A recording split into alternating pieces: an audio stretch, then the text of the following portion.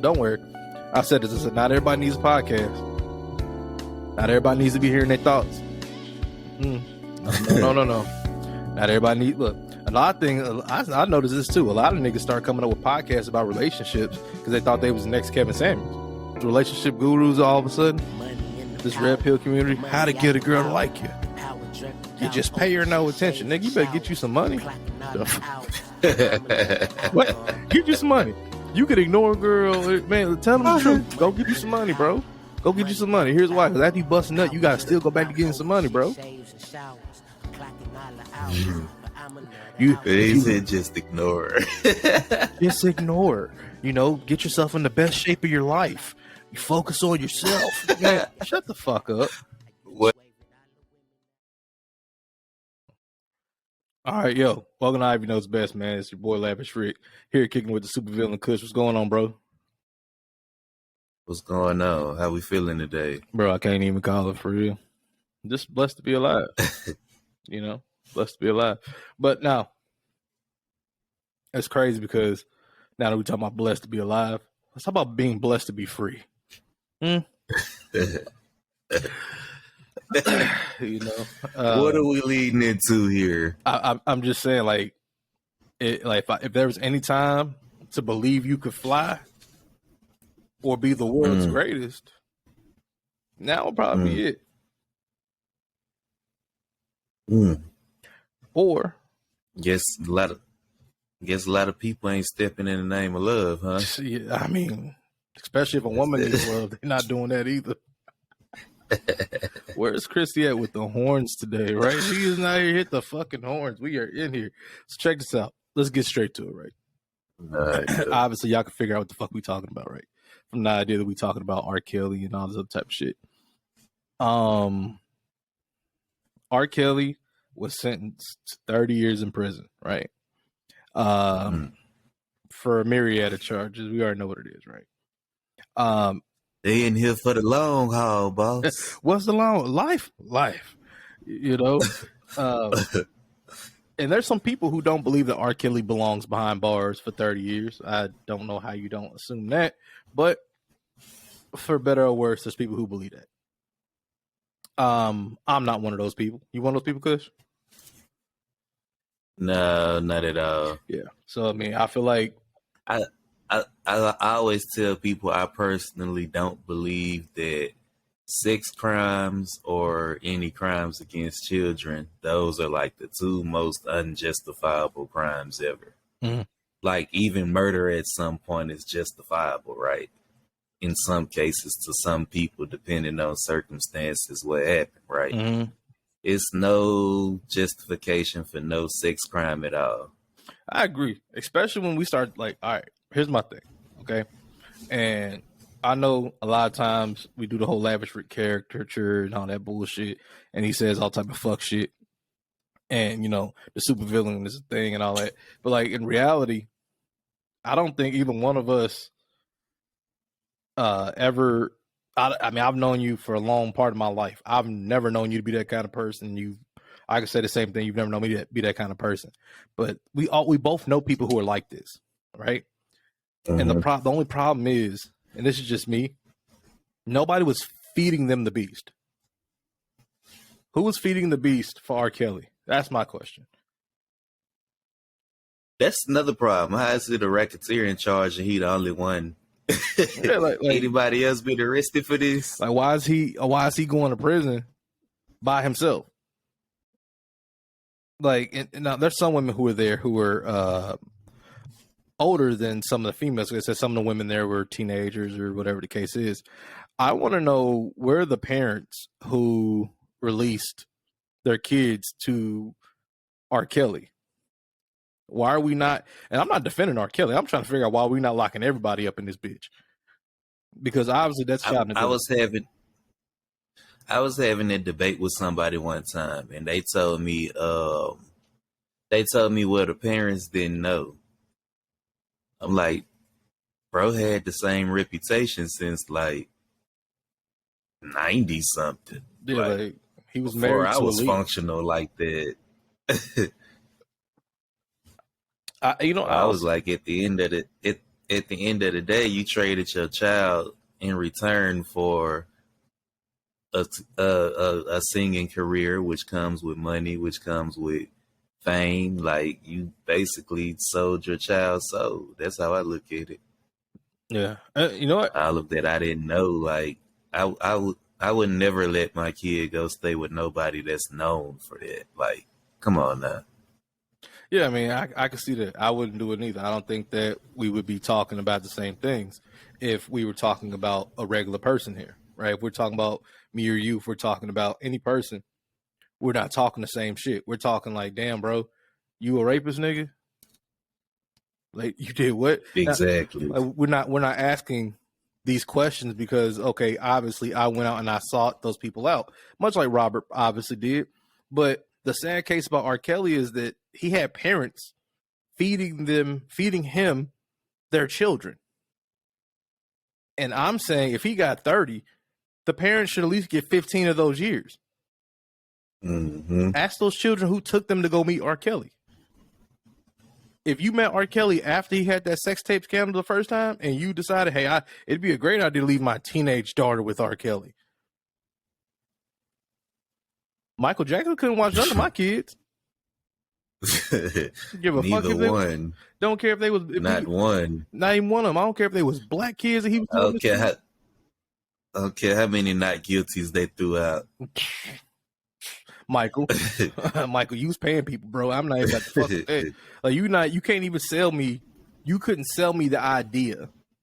Hey, Mr. Ivy, we want you to go ahead and bring your son over to Neverland, and it's going to be him and 4 other white kids. Well, no. Did you hear what happens at Neverland Ranch? I don't think I've ever seen Michael Jackson have a case like that with any black kids. But nonetheless, I bet you black parents definitely wouldn't line up to bring their kids to that nigga neither. Sorry. Yeah, no. The inner city youth was not lining up to be Michael Jackson's neck bitches. But the problem is, inner city parents obviously were lining up for R. Kelly to prey on their daughters because money meant more to them than the safety of their daughters. Child neglect. We have like this thing in our head. I don't know, like, in a lot of us culturally, it's like right and wrong doesn't matter if we personally like the person. Okay.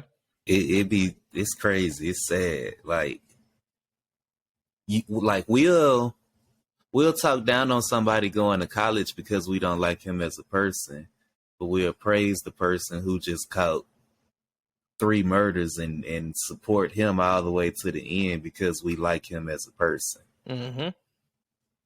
We did to Kanye West, didn't we? Our community did to Kanye West. And a part of that Kanye West did to himself, but can we be honest? When he said he was a genius, the first thing we started doing was dissecting why he wasn't, as opposed to looking at the case of why he might have been. We didn't sit back and like, oh damn, you did do all this music for all these people. You did revolutionize a specific sound for production. You did do this. You did do this. You did do this.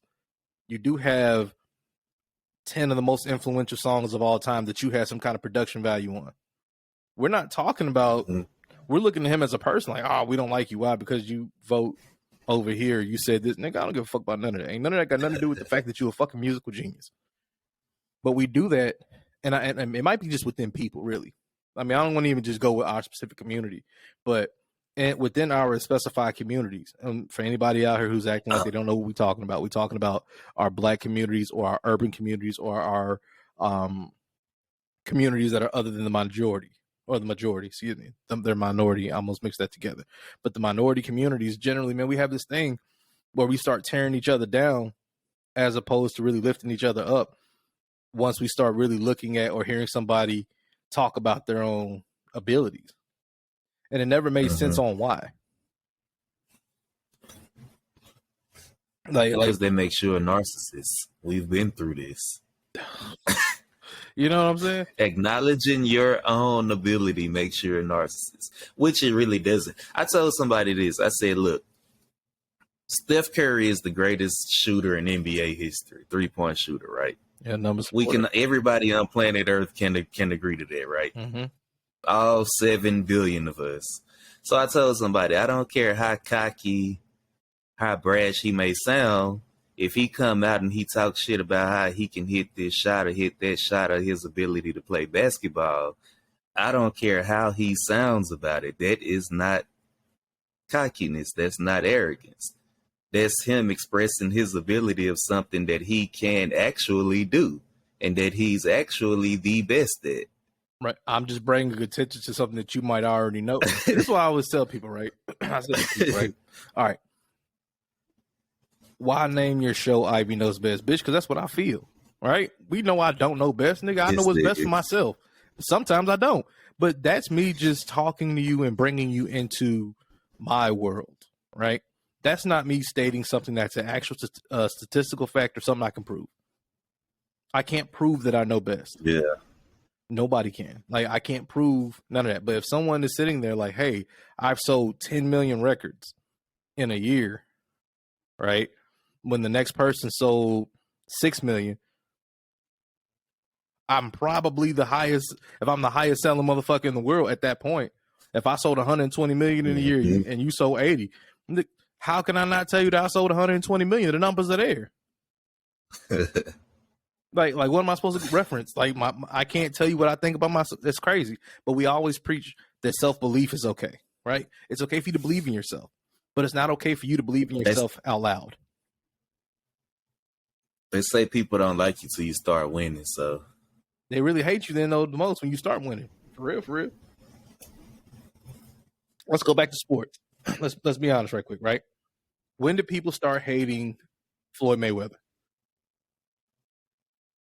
The closer Floyd got to the money persona, the closer Floyd got to really legitimately being the best, people start legitimately hating him. And they couldn't separate what they were seeing on TV with him selling the fight versus what he was doing in the ring. So when he caught the domestic violence situation, the first thing people wanted to do is, oh, you can beat that win. But, man, he was knocking niggas out all before it. The boy had over 18 knockouts at that point. It ain't like he can't beat people up. He could beat people up for sure. But people would love to harp on that one thing. And I'm really sickened. Ultimately, it's just me. I'm sickened with how our community plays that game. We play this game of, hey, I'm going to do this. I'm going to do that. But for these two people, I'm going to do it differently. So for Kush, the rules are going to be this. For Eric, the rules are going to be that. So whenever I talk about Eric, who could be doing the same exact thing as Kush, I'm going to look at Eric and go, oh, Eric, I don't like that. But when Kush do it, we're gonna praise it. They did it with Conor McGregor. Conor McGregor copied Floyd Mayweather's entire shtick while we're talking about sports. I'm talking about the trash talk, the dressing in suits, the whole nine. You can go back to 2007 and watch Floyd Mayweather versus Oscar De La Hoya, watch the 24/7 lead up to that, and you tell me that whole thing is not something that was copied. That entire thing. That's just what it is. So that brand of trash talk, it was okay because it was this person. Because we like this person. But when Floyd did, we don't like that. We're going to boo, man. Bro, listen. At the end of the day, when we step in between these ropes, you can't whoop me. He kept calling Floyd a little monkey, though. Yeah, he was talking crazy. He stayed calling him a little monkey. Now here's the thing about it now. Now we saw how when he got that monkey paw put on him, how sleepy he was, though, didn't we? That was like, it don't matter how much we don't like somebody, man. We gotta let people now. Art for R. Kelly, back to the whole R. Kelly spiel. We've allowed R. Kelly to make music after we saw or heard what he allegedly did or didn't do, right? That's always a question, though, dude. Is the art separate from the person? Oh, yes. You know, me and you have a lot of the same interests and shit. Like that goes for a lot of people. Mm-hmm. That even Chris Benoit, like a lot of people. Is the art separate from the person? Bro, listen. See, and it comes down to with me, like, you might look at Chris Benoit and say, oh, well, his sport caused that, or you might come up with some explanation, right? And then you might look at R. Kelly and say, well, no, the art doesn't set. But to me, if you say yeah to one, you have to say yeah to everybody else too. That's why I said, all right, we could use the Chris Benoit thing, right? For everybody who doesn't watch wrestling out there, Chris Benoit, the crippler from Canada, ended up killing his family, and things like that. That happened years ago, right? Chris Benoit is not allowed in the WWE Hall of Fame. His name is not to be mentioned. Things like that, because the WWE came out, and before they had all the evidence, they put out this tribute, and all these people were saying all these nice things about him. Then they got all the evidence, and boom, there you go, right? Here's the thing about it. Chris Benoit could have done that exact thing. And if he wasn't a wrestler, what we have said about Chris Benoit? He was sick. He was sick. We would have had every reason in the world to really figure it out, right, with him. But then when we start talking about, hey, can you separate what he did inside the ring versus what he was dealing with outside of it? Some people feel like, wow, that's inexcusable. I can't let go of the notion that you would let somebody who did this. O.J. Simpson is still in the NFL Hall of Fame. Okay? The NFL separated what O.J. allegedly did or was accused of, which a lot of us believe he did, and he was allowed to stay there. Mike Tyson was accused of rape. We still have Mike Tyson in the Boxing Hall of Fame. Floyd Mayweather, accused of domestic violence, went to jail for it, just like Mike Tyson went to jail for the sexual assault. Still in the Hall of Fame. Because you can separate certain people's actions depending on how your sport does. And with wrestling, nigga, who controls the wrestling world? The McMahons. Let's be honest, right? How many scandals has he been caught in? He's in a scandal right now. Hey, it's crazy because he showed himself every week since that came out. Been popping up. Like nothing ever happened. So now, just like R. Kelly, just like Chris Benoit, just like Barry Bonds, just like all these different people, we have a different metric for different people, right? Because here's my thing. There's no way, and I think Barry Bonds is the largest travesty to look at. What about Lance? No, Lance ass got to go because they caught him. That's my thing. They never caught Barry. They look, Barry. Nah, Barry did get caught. Barry basically Barry threw him the finger too. Like not even a year after he retired, he was skinny as fuck. But do you know how many people we see in sports go from large to skinny, right? After they stop playing. Now, here's my thing with Barry Bonds. Barry Bonds never got caught. We don't know. We can only assume or lean to what we believe, just like we do with OJ. OJ was innocent because the law said he was. Not because we truly believe OJ didn't do shit. Just because the law said it. Barry Bonds didn't get caught. That much we know. We know Barry Bonds never got caught with steroids. But because they believe so, those same people will not allow Barry Bonds in the Hall of Fame. So thus goes, now watch this, Chris Benoit, thus goes Barry Bonds, thus goes R. Kelly, right? But we can look at O.J. Simpson, we can look at Michael Jackson, we can look at anybody else who may have been accused and paid their way out or paid their penance of some sort, and we can say, okay. But then we can look at Michael Vick and be like, no. You can even go Big Ben. Well, Deshaun had way more, but still, Big Ben and Deshaun. And thank you. And the thing with Big Ben Roethlisberger was he was accused of actually doing it, like, yeah, passing the threshold of touch. They said in one of them cases he made his bodyguard block the bathroom door or some right? Shit like that. Yeah. Mind you, he's 6'6", 6'7", 260 pounds. Where's she going? Where's she going, big dog? This nigga. You really sick. You adding levels. That's not why we're here. Okay, I'm not here to judge the character. I'm just here to say we have a different way of looking at shit when there's certain people. you know, and it's really one of those things that I think is really sad, because now I'm like, all right, cool. So what do we do now with let's see, Trey Songz? Trey Songz has been accused of quite a bit of things. I'm not saying Trey did it. Allegedly, there's allegations of him doing things. Keke Palmer came out and said it. BB Rex has come out and said it. What are we doing with Trey Songz? And we're not talking cancel culture. We're talking about what are we really legally doing about it? Because now we're looking at, now I'm not saying everybody who's accused of something needs legal action taken against them. No, I'm not saying that. But what I am saying is, if we're going to sit here and paint R. Kelly, paint all those we just named in the light that we're going to paint them, just because we don't like them, then we need to go ahead and paint the rest of these foods the same way. Am I wrong? Paint them all the same way. I don't care if you turn them pink. Paint them motherfuckers the same way. R. Kelly is to get the same treatment as Michael Jackson. Now, I also think because we feel a certain way about our young women in society too. That's what makes what R. Kelly did so egregious. Because Michael Jackson was painted as a monster. And I remember being a kid seeing Michael Jackson's cases come up and stuff like that. But Michael Jackson was able to still tour the world and everybody was able to see him.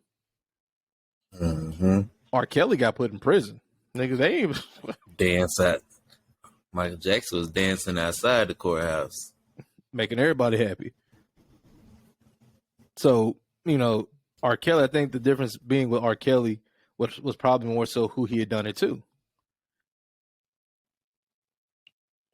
And the second time, there wasn't a whole lot of, you know, the Surviving R. Kelly thing came out. So there wasn't like a whole lot of opportunity for us to not see what he was talking about or what people were talking about. You know what I mean? So there's a lot of people to be like, hey, this happened to me when I was this age. This happened to me when I was this age. All these things are happening to me or happening to people like me. And everybody has the same stories. And then now finally we come out with it. And now here's a whole show of people. Now we can have 12 men, 13 men said Michael Jackson did this to us. Well, Michael's no longer with us, so there's no way for Michael to really defend that anyway. But Michael Jackson's legacy is intact. Untouchable. Like, and I'm not defending R. Kelly's legacy by saying this. I'm saying R. Kelly's legacy, we will never see R. Kelly in the motherfucking versus battle.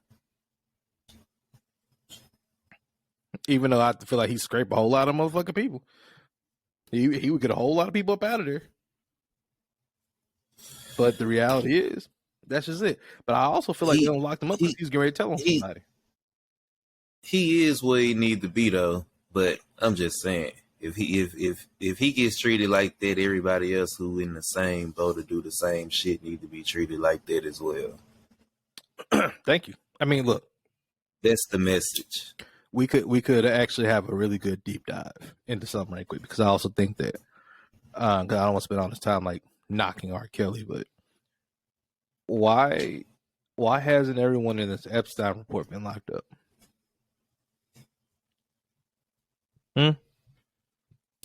Let's get into that. Oh, we're just gonna ignore that. I'm not. We're just gonna ignore that public. I'm with the public on this one. You're your own. I'm finna ignore that. Right. So we're just gonna leave let's leave it where it's at then. Let's leave it where it's at then. We're not even going to it's Ivy Knows Best. It's a show. All right, it's a show. But you know, we're not trying to, you know, figure it out, put two and two together. I'm just saying, if we locking up, I mean, Jesus Christ, how much time did Harvey Weinstein get? Let's look that up. Let's connect that dot to keep myself from getting in any trouble. Let me see here. Harvey Weinstein. I'm gonna go ahead and Google this. Maybe you can tell me. You know, people out there. How much time did Harvey Weinstein get? You know, for what he was doing. He got 23 years in prison. 23. R. Kelly got 7 more years than him. All because y'all let R. Kelly go the first time. We didn't have to have this if y'all would have locked him up the first time. He probably would have just been getting out had you put him in jail the first time. They said they couldn't make out that it was him on the tape. but they can make out the Young Thug. You know what? Never mind. All right, so never mind. We just yeah. Man, I tell you, look, when they want you, they want you. It don't matter what the fuck you're talking about. It don't matter who you are. If you are a menace to society, okay, and hypothetically speaking, like YMW Melly, he does not need to be upon us. Okay, he does not need to be with us. He does not need to be keep YMW Melly and niggas like him locked up. It has nothing to do with YMW Melly as a person.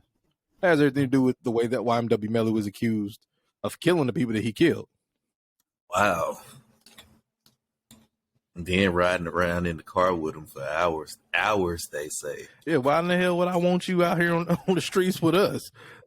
Like, what? No, why would I want a person like that? Right? It's bad enough we got people like that riding around now, but why would I want you to ride around like that?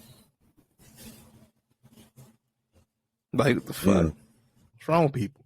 Look, I said this last show, right? We were talking about what a date was, and by the time y'all see this one, that show would have been just dropped. But we were talking about what a date was, right? I just want to segue to something different because we're not gonna keep going. So we're not gonna keep going on that. So the lady friends, Kim and Christy, said that a date is anything that you do with a woman, right, or a significant other that's time based, right? As long as I put in effort or they put in effort, it's a date. Me and Kush said, not so fast. Because if I just get off of a day of work and I walk all the way down here to the corner store and I decide, damn, I want some Wingstop, and I tell you to get in the car, or I call you, say, I'm driving past your apartment, let's go ahead and get some Wingstop, and you dress up, and I'm still in my work clothes. We not on no date. I didn't put in no effort for that. I just came and picked you up, and I was thinking about you. They was like, no, that's a date. That ain't no motherfucking date. The fuck? A date. This is just me though, right?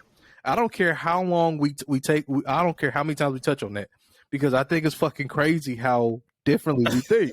I'm like, what? I'm like, no, that is not a date. They were like, yes, we are. Yes, it is. If I take you here or you go with me there, we're on a date. We're not. We're on a date whenever I put in the effort, me, the male, or the party who's asking the other party to accompany them, right? That's a date. My girlfriend's downstairs right now. We were talking, and I said, hey, baby, remember our first date? She goes, yeah. We went to this and this. We did this. We did this. Simple. Do you know why that was considered a date? Because I said, hey, we should go get something to eat. I put an effort to figure out things to do with her that were not overly, one way or another, because it's the first date. That's an actual date, right? It's not a date if I wake up and be like, baby, I want you to come on. Let me not say, baby, girl, hey, look, I'm in your neighborhood. I'm about to go stop by such and such. You should come with me. That ain't no motherfucking date just because you put your clothes on and you look pretty. You look pretty for me all the time. Supposed to look pretty for me all the time. Hey, like, what? Oh, man. I thought that shit was crazy. I was like, nah, we're not doing that. And then, I left that conversation like, damn, I've been doing way too much. And then when we went on live, when we went on live, that's what took the fucking cake for me, people. We went on live, right? And I was like, she was like, well, Kush asked, hey, what happens if you are a competitive or like a competitive video gamer, you invite your girl in, is that a date? Right? And I said, I can see that because you're letting a person into your world. Like you said, you're letting people into your world. You're spending time with them, copious amount of hours. And you're showing them something that's really deep and intricate, right? So they're like, no, watching you play video games. I said, oh, so wait a minute. So we just came from you sitting down eating chicken wings with me in the front seat of a car being a date, but you don't want to sit down and watch my interest, and that's not a date to you? Because it doesn't interest them, right? So she goes, okay. You heard what I said. I told you why. No, why'd you say it? Well, tell the people what you said, because a lot of them didn't watch the live. Tell them what you said. Because they don't want to sit in the studio while they man recording their mixtape. That's why they don't want. I told her, I said, yo, I said, she goes, well, what That's why they don't want to consider that a date. She goes, that's a hobby. She's like, what if mine was walking? Kim was like, what if mine's walking in a park? I said, are you a competitive walker? Like, are you a competitive walker? Yeah. Like, I mean, I don't know. I've seen people, look, there's a walking thing in the Olympics, right? There's a walking event. Yeah, they be like dancing, like it's like a whole little salsa move. It's a whole thing. Like you got to get with it. So like I'm like, if you a competitive walker, okay, cool. But if not, what you talking about? She's like, I don't know nobody who competitively plays video games. I know people who done got killed over video games. Okay, video games are serious in male culture now, ladies. Don't ever sit back and think that your man playing video games is isn't important to him because it's not important to you. Don't play that game. Right? Like straight up. That's some people bread and butter. Mm-hmm. Once you get your money, man, as soon as you start getting your money, as soon as people start really like listening to you or watching you, like Twitch has made more millionaires than YouTube has, I think, or I read somewhere crazy that more people make more money off Twitch than they do YouTube. That's crazy. That means people log on to watch you play video games. Guns and butter, baby. And you get paid to do it. Like you ain't even really got to be live or good at the game for people to sit there and watch you. Hell no. Man, that's crazy. People get rich off everything. Watch a motherfucker open toys. Bro, look. Next thing you look up, they got their own line of toys. That little Ryan boy on YouTube, that's all he did. Open toys, candy, all the different stuff that his family wanted him to do. And he got kids to watch it. I mean, I said this the other day. I said, look, I get it. A content creator is an official job now.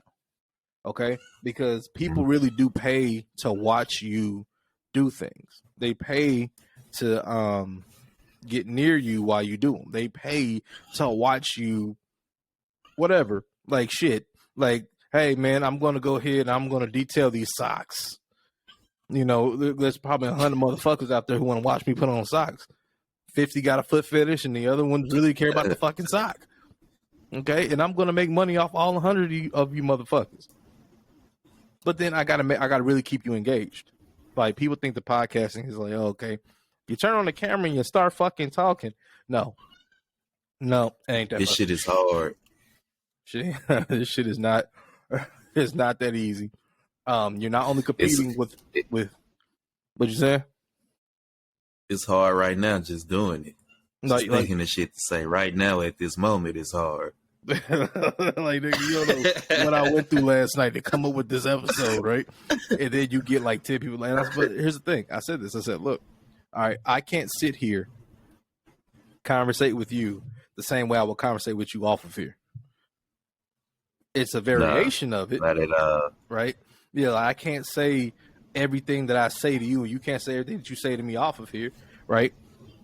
Then we're competing with other podcasts, right, who are at the top level, right, who are at the mid-level, who are at the beginners, people who are not famous, people who have different setups, people who reach different demographics. So it's a whole lot that goes along with podcasting that people don't tell you about. There's also people who don't deserve to have a podcast. And don't worry, I said this. I said not everybody needs a podcast. Not everybody needs to be hearing their thoughts. No. Not everybody need. Look, a lot of things. I noticed this too. A lot of niggas start coming up with podcasts about relationships because they thought they was the next Kevin Samuels. They were inspired by Kevin Samuels and they kept going. It's kind of like people who throw up certain gang signs for their favorite artist, not realizing there's an entire life connected to that. All these relationship gurus all of a sudden, this red pill community, how to get a girl to like you. You just pay her no attention. Nigga, you better get you some money. The fuck? What? Get you some money. You could ignore a girl. Man, tell them the truth. Go get you some money, bro. Go get you some money. Here's why. Because after you bust a nut, you got to still go back to getting some money, bro. He said just ignore. Just ignore. Get yourself in the best shape of your life. You focus on yourself. Man, shut the fuck up. What? Shut up. Huh? like, I've seen something like that. Yeah, because man, look. I told you I can't stand that one too. No, that group of people. There's nothing wrong with, and I'm not knocking the red pill community. I'm not. I really ain't. But the problem is, a lot of you young niggas who be watching that shit, y'all be 21 years old, 22 years old, trying to play with the mind of a person who ain't even fully developed. That is like, I am about to play with y'all. Y'all live in a social media age. I am sorry if you are between the ages of, Lord forbid, 10 and 28. You have been raised in this social media developed society. Some of it was archaic, which is like your MySpace, Black Planets, stuff like that. Facebook, when it was really like just jumping. And a lot of all of the rest of you were Instagram, whatever else is the fuck out there right now. Y'all everywhere. Twitch. Like, come on. Like, y'all got way too Twitter. Y'all got way too much motherfucking connectivity. Y'all can connect. The real problem is us regular motherfuckers was never, ever, ever able to connect with anybody or leave a comment that we knew for a fact they would fucking see. We were not able to do that. We had to hope to run into the motherfucker at a concert or maybe outside somewhere. But the chances were you probably weren't where they was going to be at. Wasn't happening. Mm-hmm. Today, you turn this motherfucker right here on, this phone, turn that motherfucker on, guess what pops up? Instagram. Like, click. Dear such and such, suck my dick. Send. Like what? You're a rat. Send. I fucking hate your show. Send. Like, come on, man. That's y'all. Don't get me started on the bullying thing. Yes, bullying is real. Bullying is real. But back when I was a kid, the way we had the same age as Kush, the way you handled a bully was you whipped his monkey ass. Mm-hmm. You whipped his monkey ass, and if he whooped you, all right, cool. I'll be back tomorrow. You and now, if he was bigger than you, you just get out 4 of your cousins that go to the same school as you. Oh, that's wait, we don't live like that no more, though. They don't. Everybody should. Man, listen. Everybody, and no offense to people, and I said this, a lot of the world start copying Chicago. A lot of the world start copying Chicago, bro. Especially in today. Look, they don't even have, only certain places got their own lingos. You know what I mean? Like Florida people got their own lingo. New York people got their own lingo. Yeah, Cali, put the bike in the bike. Yeah, put the bike in the bike, right? They got their own shit going on, right? As much as we joke and make fun of it, that's them. That's their shit, right? Then New York got their own thing. Then Atlanta essentially got their own thing. Texas, we got our own thing. And Cali got their own thing. Everybody else, I mean, Chicago, obviously. But everybody else is copying all of that. They're copying it. They're bleeding them all together and coming up with their own shit. Drill music was definitely a Chicago thing. Chief Keef, Lil Durk, G Herbo, all of them. That Lil Reese. Hey, you even got groups of rappers in like London saying they started drill music, which is crazy. I'm like, over here, no. Listen. All I knew was, the bitches love Sosa. Just Us. These are some of the first ones that I listened to personally. I'm not saying these are the first ones that came out. Lil JoJo's diss song that he had out. Like all that was it. That was up. Like those songs were influential to the drill movement. Now, granted, I also think that a lot of drill music comes from 50 Cent, though. I think 50 Cent's influence on a lot of those rappers influenced drill music, along with The Killing. You know, I ain't never thought about that till you just said that. Then, like, it's like when you said that whole "Get Rich or Die Trying," and even like the songs before that, them flashed in my head. Yeah, like problem child and all of that. Like, yeah. They're like when you really think about that, then you look at drill music, you're like, yeah, okay. All they did was just all they did was Get Rich or Die Trying and stretch that bitch out. Just stretched it out over years. That's all they did. And then boom. Think about it. Mm-hmm. Like, so 50, and I'm not saying that these guys weren't influenced by other people, because they obviously were.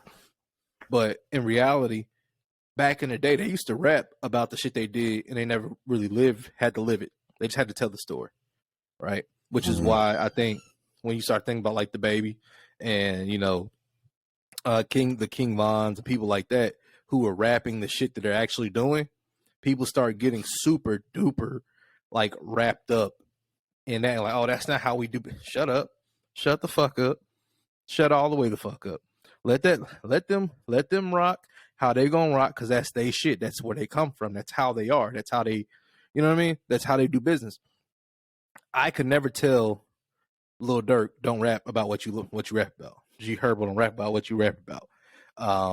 Young and Ace don't rap about what you rap about. Fulio, I mean, I can go on for days. JD Young, all these people don't rap about what you rap about. Why?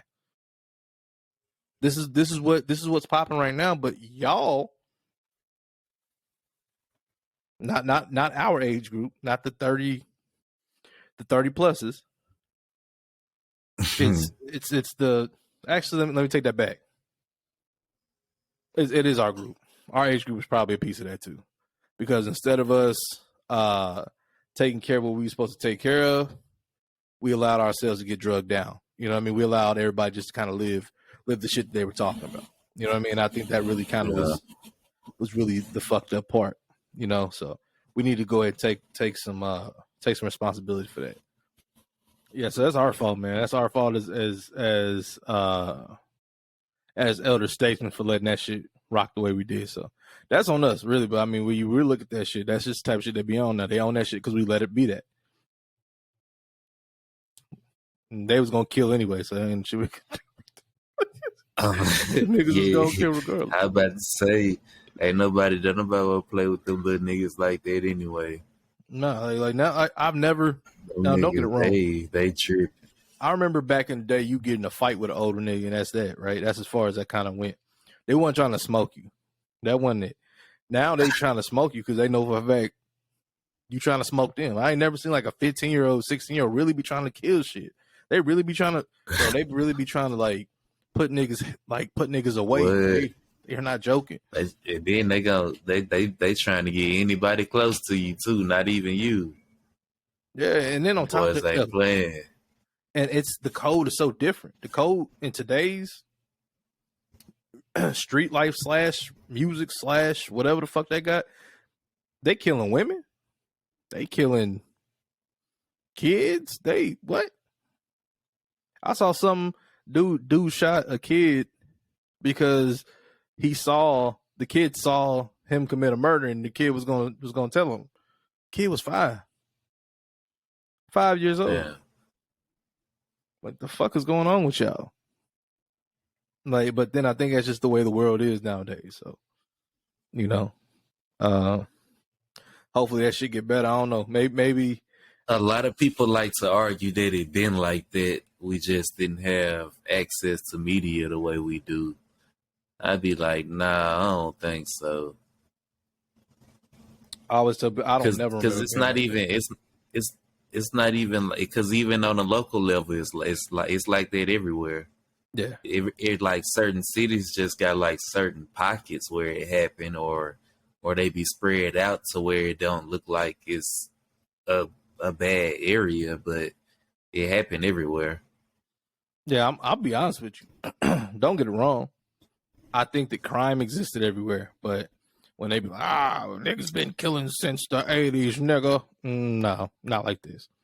Not like this. And maybe they were, maybe in certain places, but I don't think it was like that everywhere.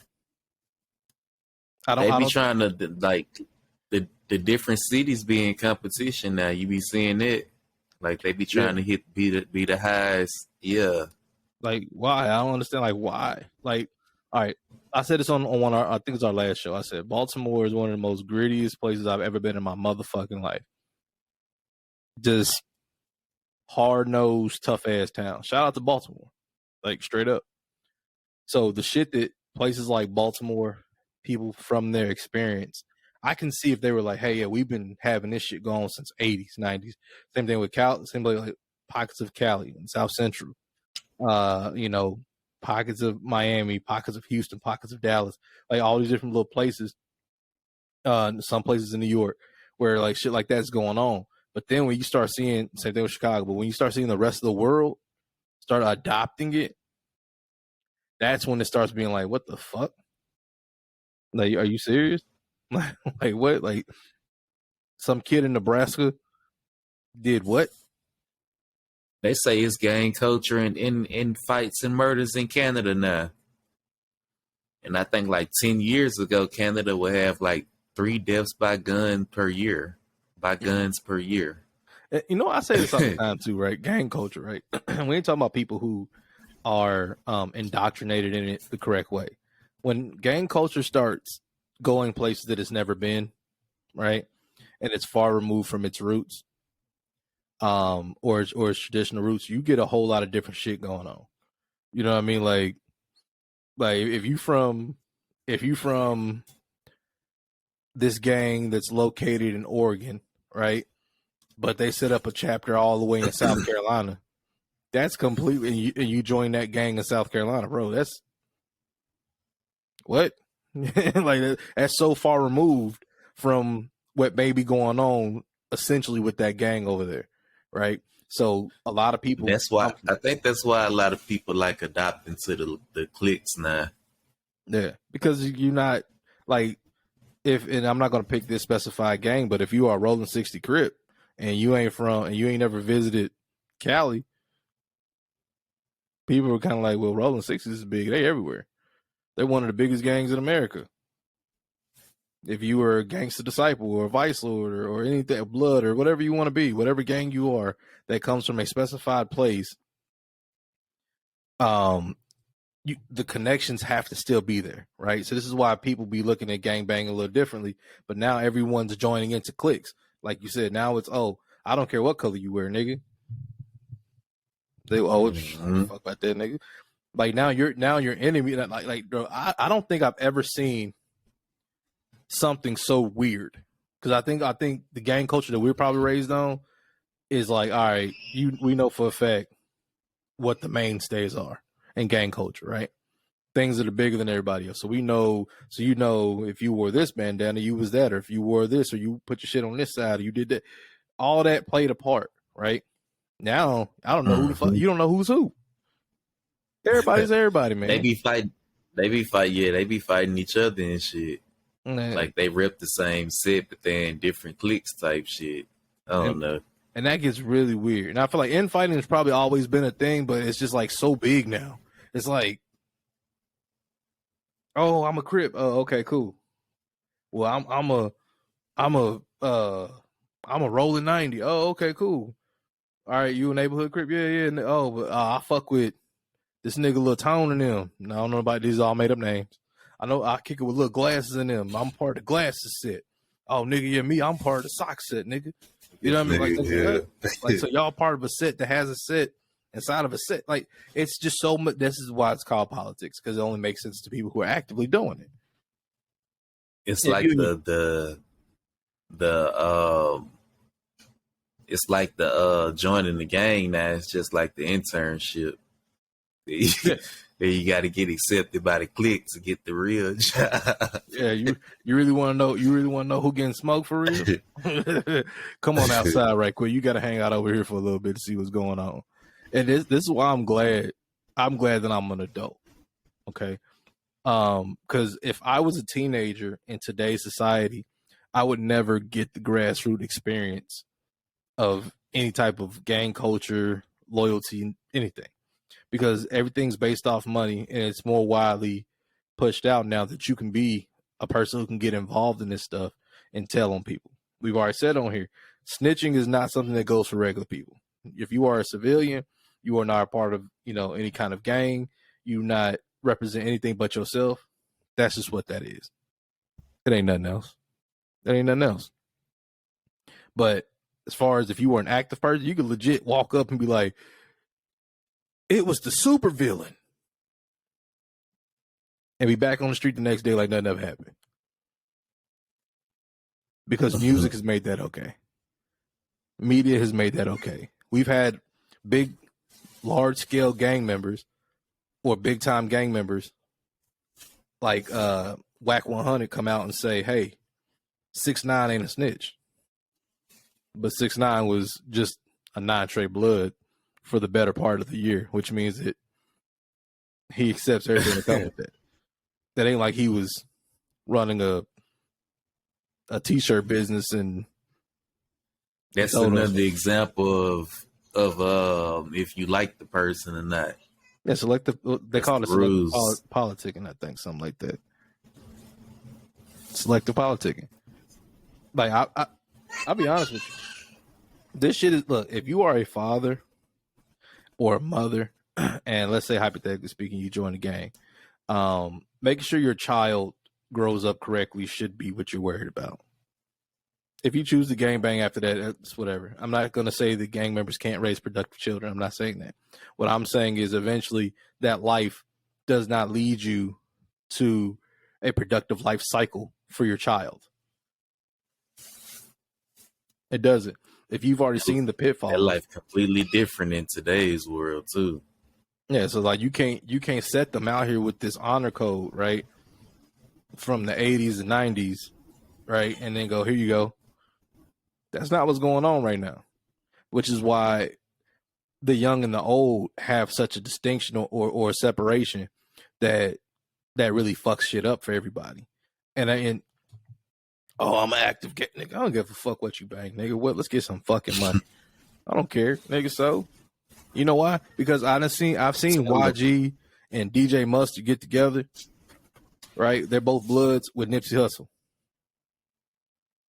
I've seen Mozzie and Sue Surf do a whole tape together.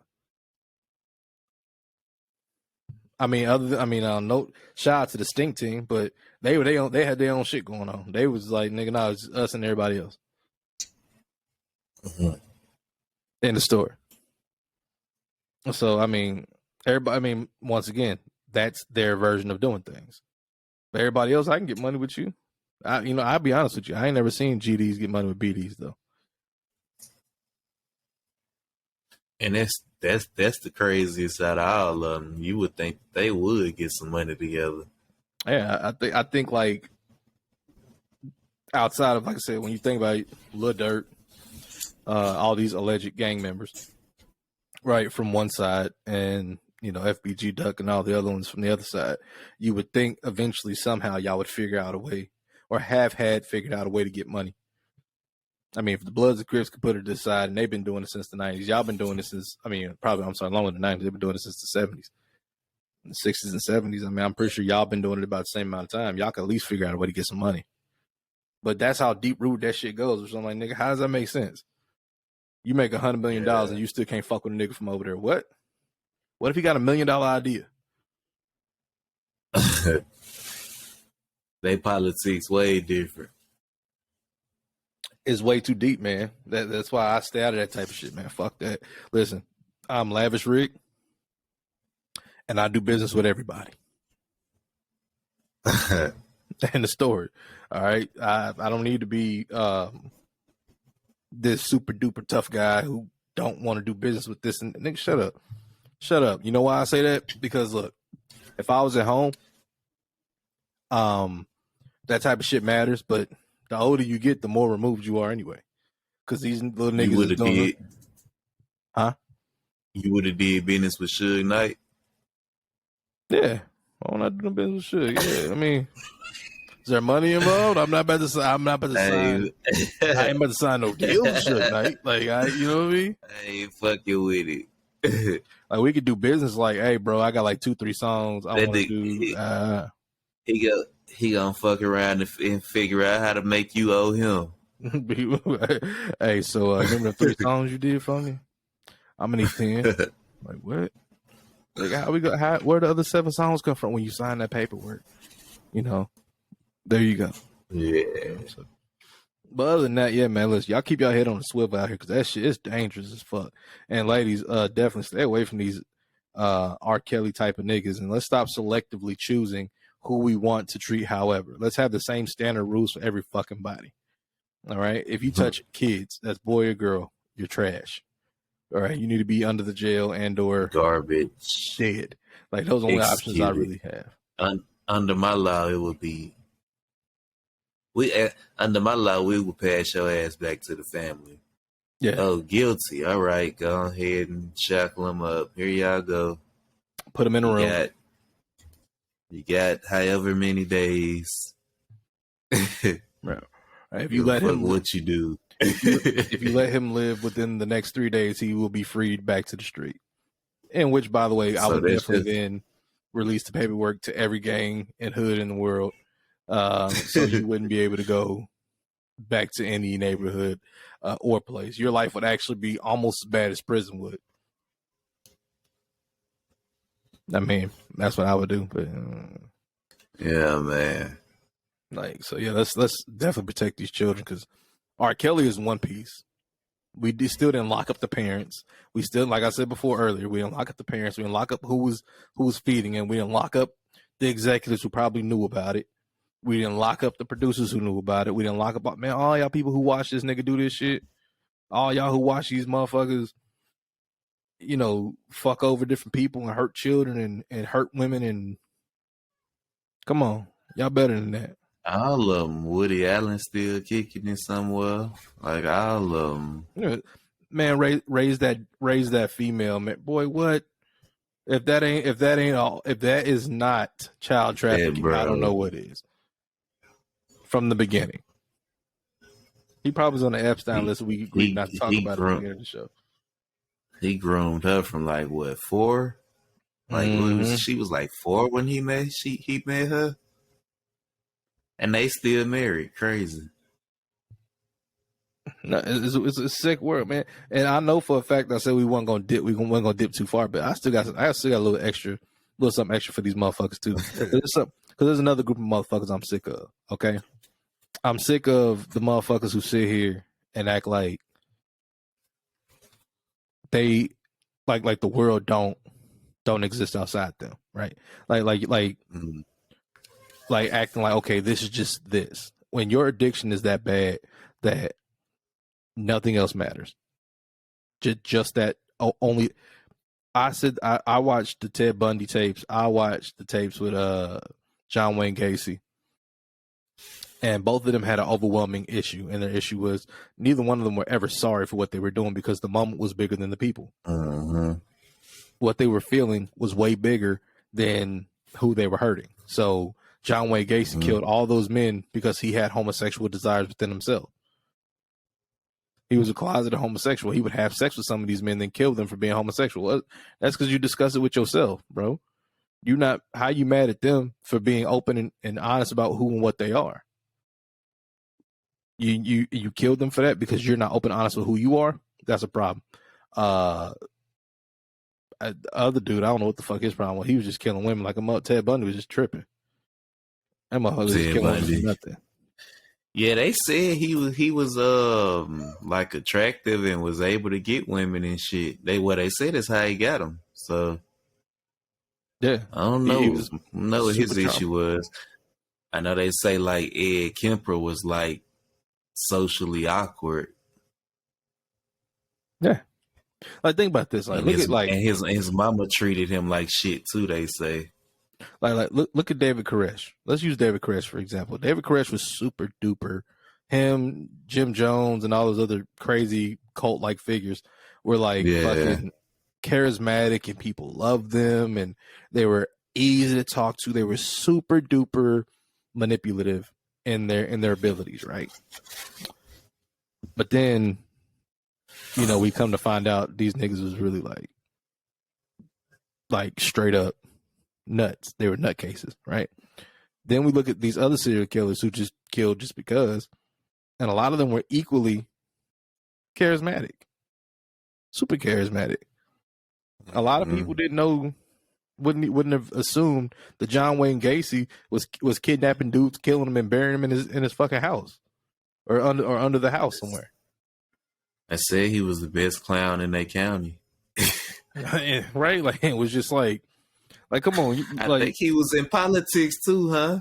Mm-hmm. Wasn't he in politics too?